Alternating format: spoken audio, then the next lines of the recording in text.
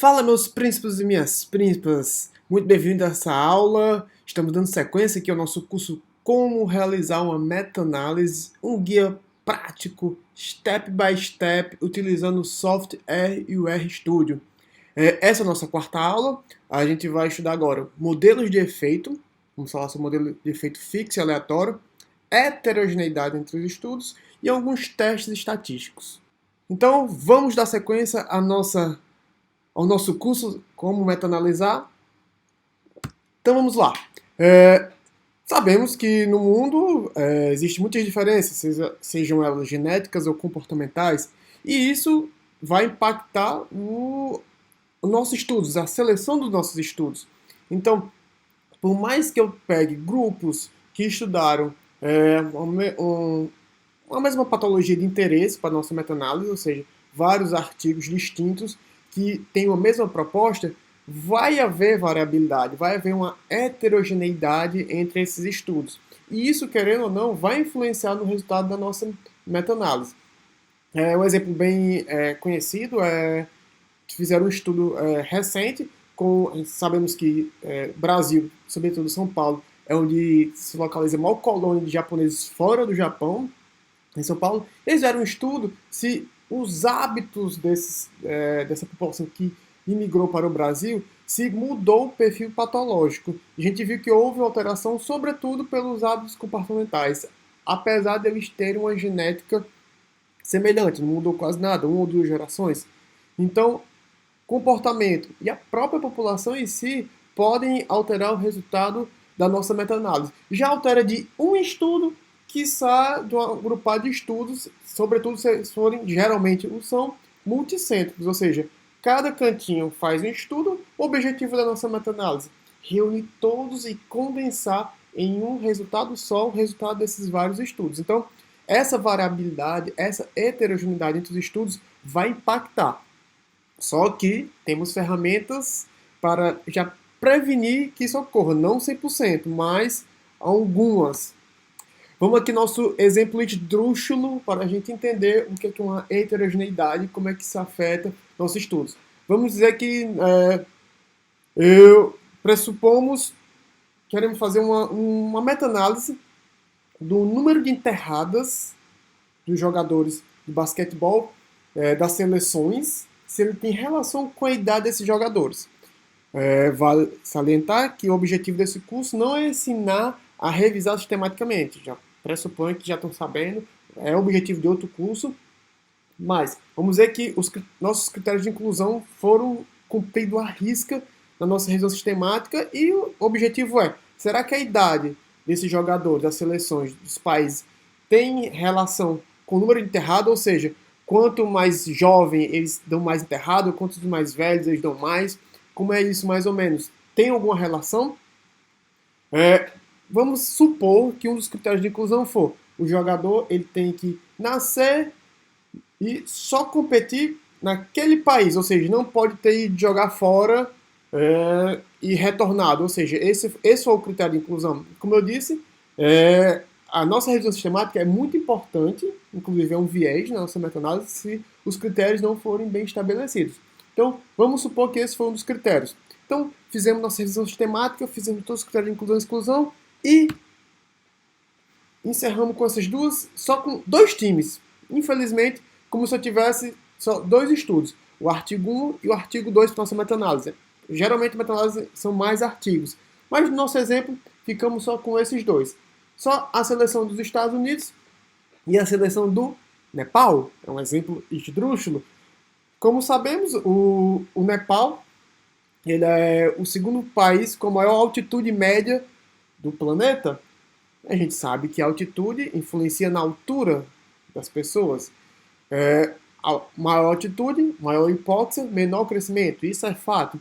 Então, como eu escolhi mal meus critérios de inclusão na minha revisão sistemática, eu vou gerar uma heterogeneidade no meu estudo.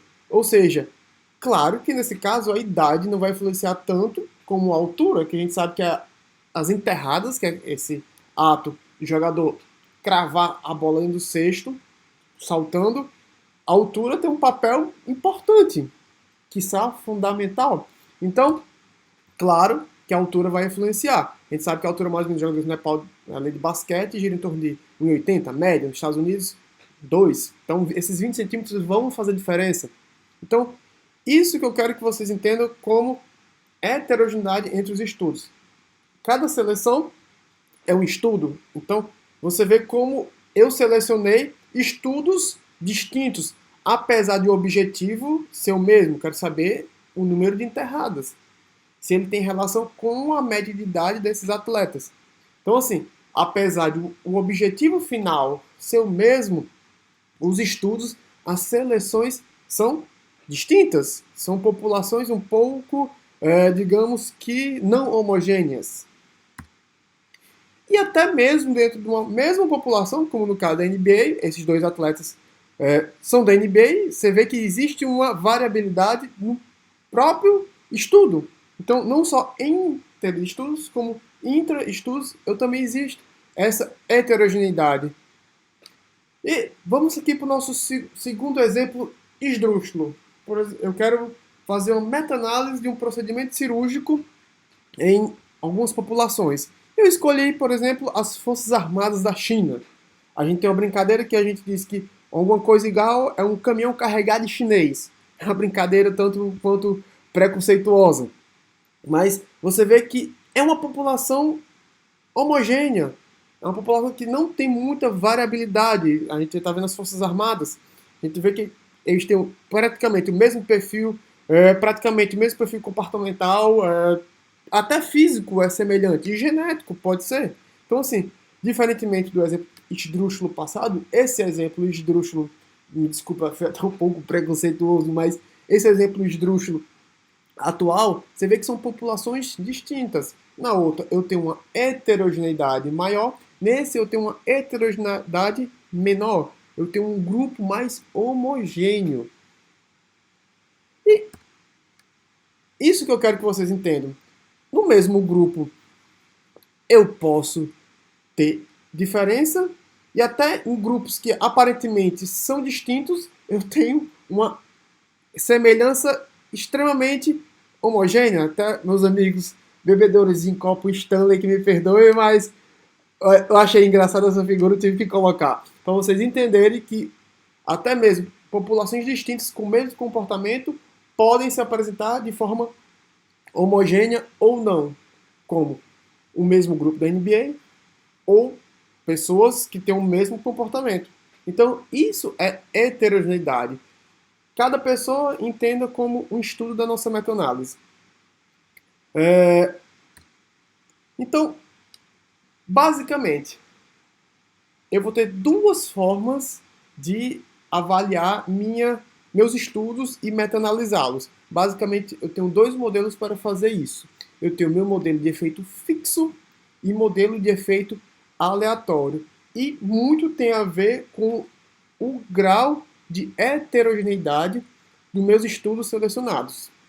Ou seja, quanto mais heterogêneo, mais eu vou pender para um modelo, quanto menos heterogêneo, mais eu vou pender para outro modelo. Então, basicamente, quando é que eu vou utilizar o modelo de efeito fixo? Então, ele pressupõe que o efeito de interesse é o mesmo em todos os estudos. A diferença observada no grupo é apenas por erro amostral. Ou seja, quando eu tenho uma população homogênea, que não os atos são semelhantes, os estudos foram padronizados de forma semelhante, têm o mesmo comportamento. Então, nesse tipo de estudo homogêneo, ou seja, com a baixa heterogeneidade, eu vou utilizar o modelo de efeito fixo. Por quê? Ele pressupõe que os estudos são iguais, ele descarta, ele ignora qualquer heterogeneidade, e ele fala que as diferenças observadas são apenas por erros amostrais, ou seja, a variabilidade entre esses estudos ocorreu apenas pelo acaso, e a heterogeneidade entre eles é totalmente ignorada.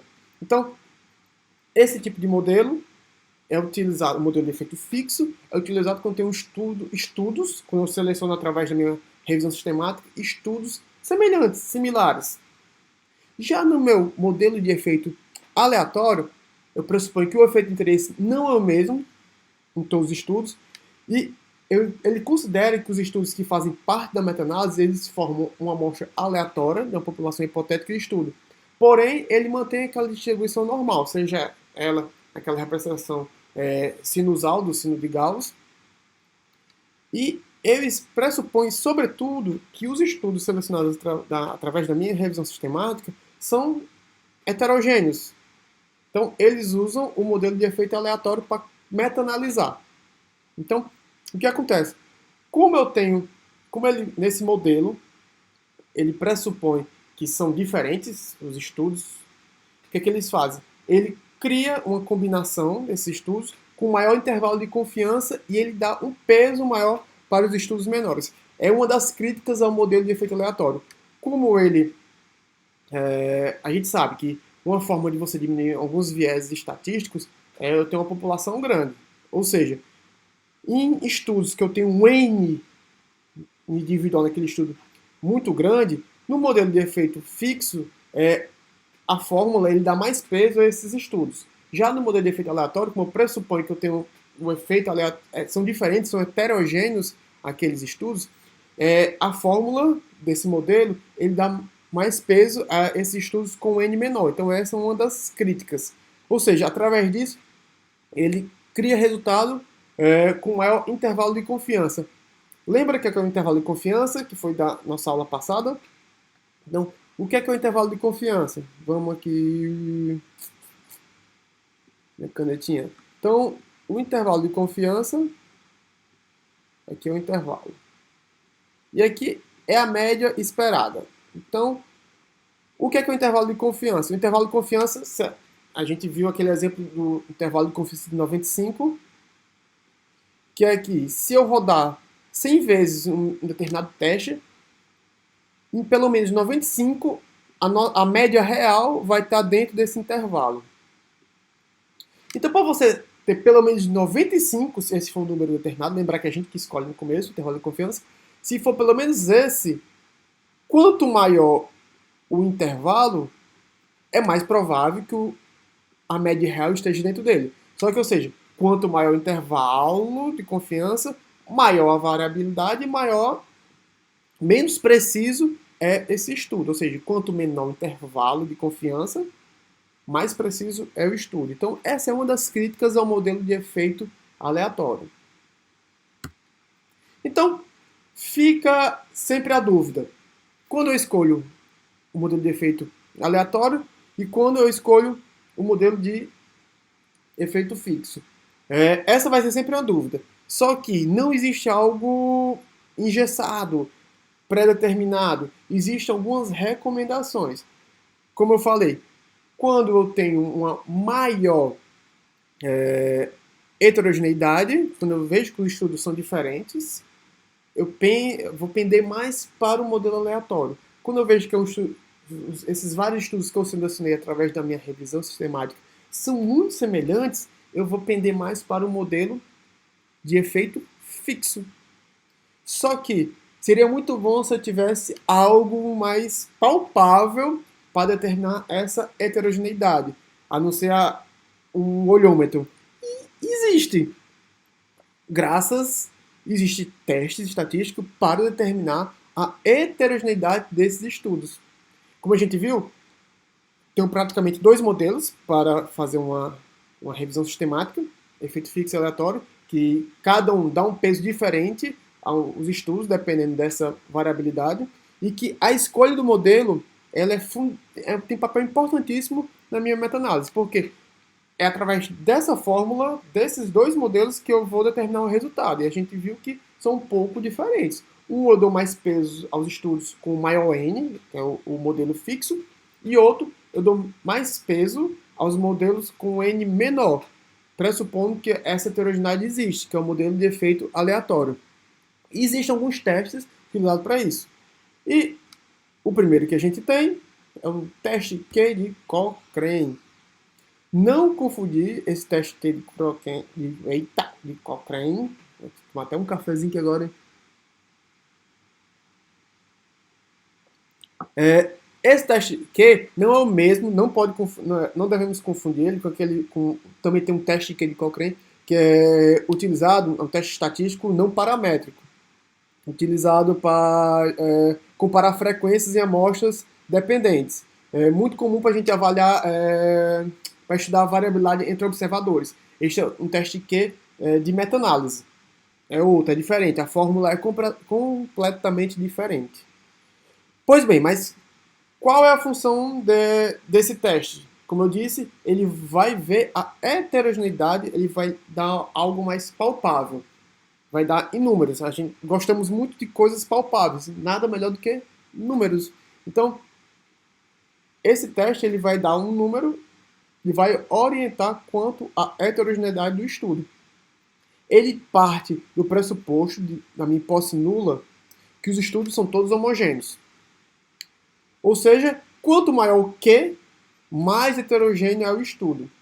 Eu não vou ensinar como é que é essa fórmula, só vou dizer que ele tem relação com o número de estudos.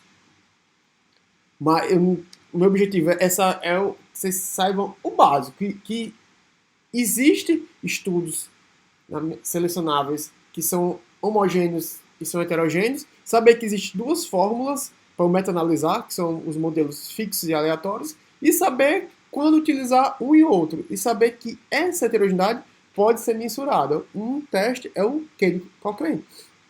Quanto maior o número Q, mais heterogêneo. E esse valor varia entre 0 e infinito. E eu vou já dizer, uma das falhas desse teste é isso, que eu não tenho como categorizar, eu não tenho como comparar. Se o teste vai de 0 a infinito, como é que eu vou dizer que um milhão, o que deu 1 milhão, o outro deu 1 bilhão? Estou exagerando, extrapolando. Pois bem, como eu vou relativizar isso em termos de heterogeneidade? Então, ele ajuda meio que... é aquela ajuda, mas ajuda. E como todo teste estatístico, ele tem um valor P que indica se essa heterogeneidade é significativa ou não. Ainda tem isso. Além do... vamos ver, todo teste tem um P. Eu vou ter o meu P da minha meta-análise, vou mostrar nas próximas aulas, tem um P de todos os testes. E o teste que ele coloca é diferente. Eu vou ter um valor P que vai indicar se aquele valor de 0 ao infinito ele é significativo ou não.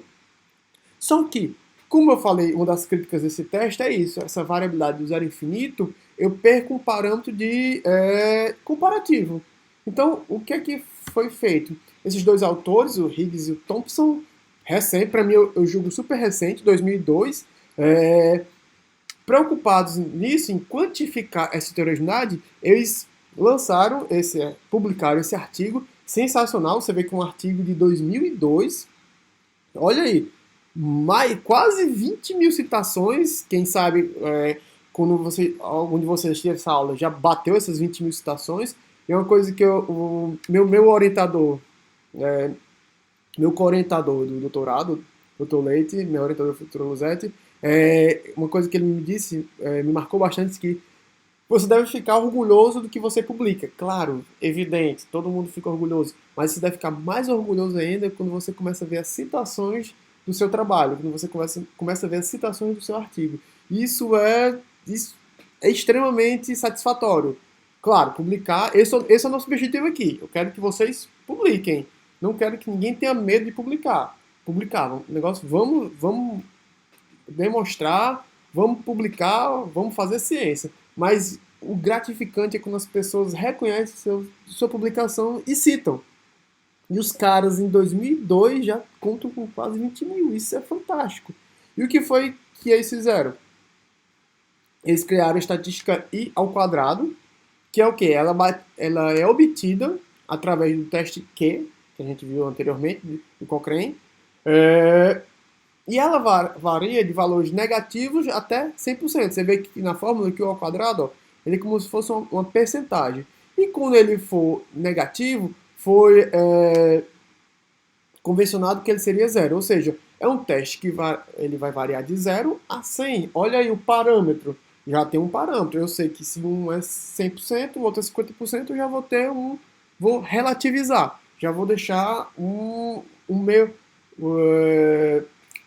ter o meu fiel da balança ali já de olho. Vou ter um lastro.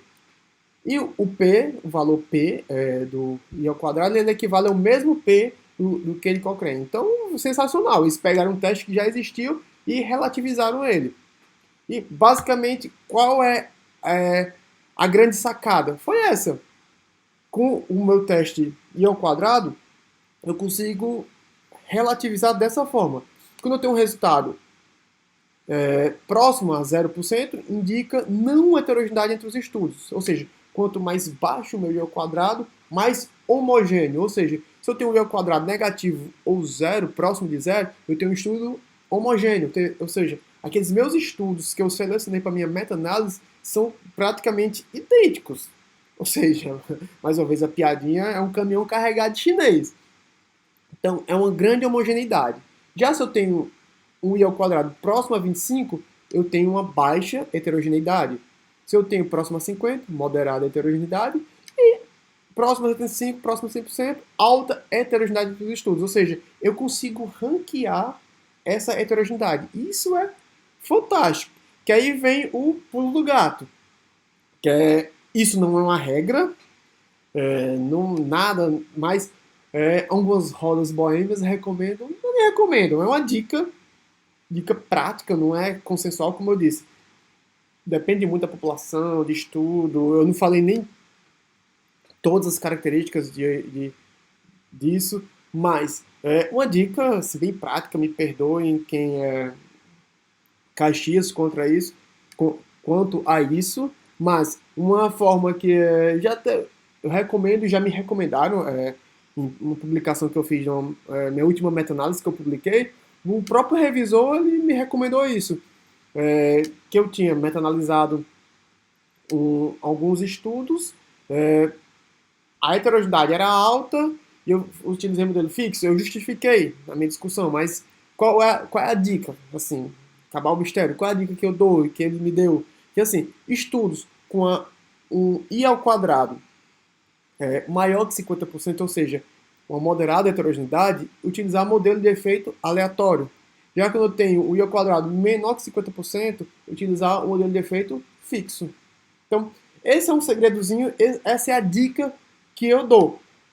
Isso é estático? Não, não é engessado. Como eu disse, tem várias variabilidades. No artigo que a gente publicou na Acta Ortopédica, a gente discorre um pouquinho mais sobre isso. Quem quiser se aprofundar, vou deixar aqui o link aqui embaixo. Mas pelo menos é um parâmetro. Gostamos muito de parâmetro. Então, esse é um parâmetro de 50%.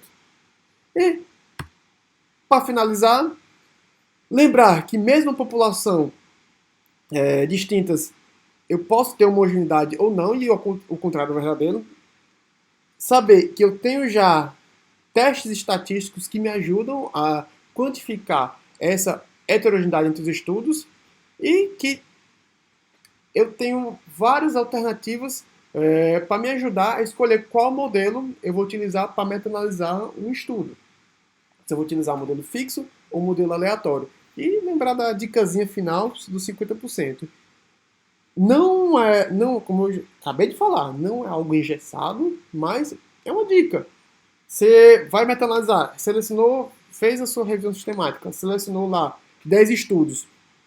Você joga, faz o Kelly Cochrane, faz o I ao quadrado de Hicks e Thompson, e você vê a heterogeneidade deles antes de escolher qual modelo você vai utilizar, qual conta você vai usar, que a gente vai ver isso nas próximas aulas. Eu vou ensinar as duas formas, os dois modelos, passo a passo, step by step, de como meta-analisar os dois efeitos. Só que primeiro eu quero que vocês entendam que os estudos são diferentes, tem estudos mais parecidos, e saber qual modelo eu vou escolher, que vai mudar. Quando a gente for lá para o RStudio, você vai ver que eu vou jogar lá, vou imputar os dados, e eu que vou escolher qual dos modelos. E saber, uma das formas de escolher é isso, através da heterogeneidade.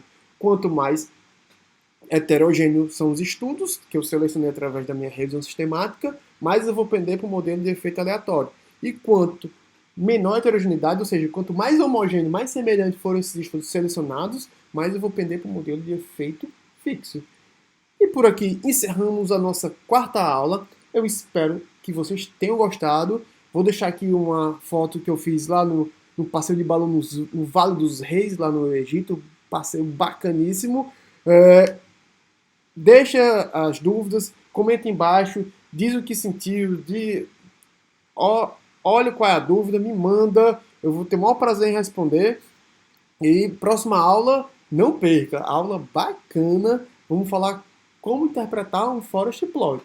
Então, depois dessa aula, a gente vai começar mesmo a meta-analisar no R. Então, mais uma vez, muito obrigado para quem ficou até aqui. Quem não ficou, é pena, espero que volte, assista. Aula 5, que é a apuração de forest plot, tá bacana. E quem chegou aqui, caiu de paraquedas, volta lá na aula 1, 2, 3, que é o passo a passo. O ideal é fazer essa sequência que eu tô mostrando aqui, beleza? Mais uma vez, meu muito obrigado. Aquele abraço, meus príncipes e minhas príncipas.